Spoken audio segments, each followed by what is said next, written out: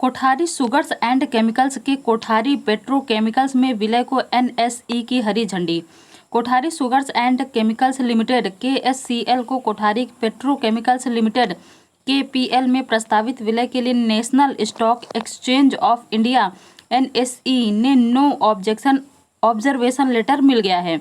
Company ने stock exchange में दाखिल सूचना में यह जानकारी दी। यह जानकारी SEBI listing obligations and disclosure requirements regulations 2015 के रेगुलेशन 30 के तहत दी गई है। प्रस्तावित योजना के तहत केएससीएल यानी ट्रांसफरर कंपनी का केपीएल यानी ट्रांसफरी कंपनी में विलय किया जाना है। यह योजना दोनों कंपनियों के शेयर धारकों और लेनदारों पर भी लागू होगी तथा इसे कंपनी अधिनियम 2013 की धारा 230 से 232 के तहत आगे बढ़ाया जाएगा। 19 मई को बोर्ड ने दी थी मंजूरी। केएससीएल के निदेशक मंडल ने 19 मई 2026 को प्रस्तावित विलय योजना को मंजूरी दी थी। यह मंजूरी संबंधित नियामकीय और अन्य आवश्यक अनुमतियां मिलने की शर्त पर दी गई थी।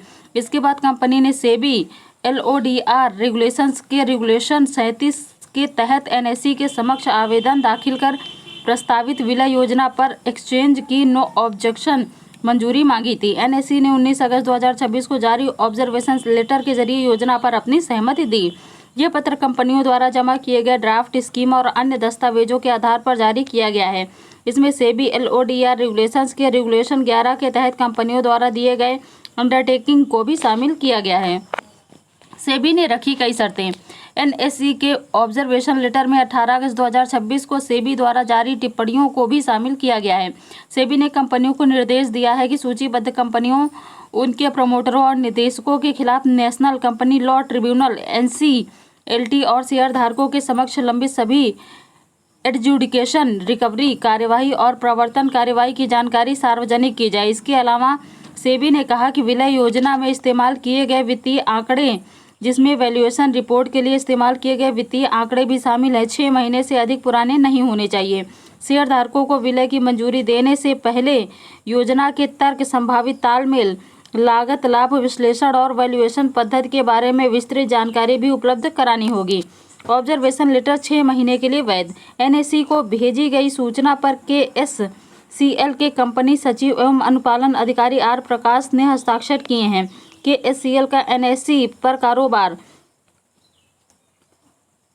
कोटा रिज्यूग प्रतीक के तहत होता है। कंपनी का corporate identification number CINL 15421TN 1960 PLC 004310 है।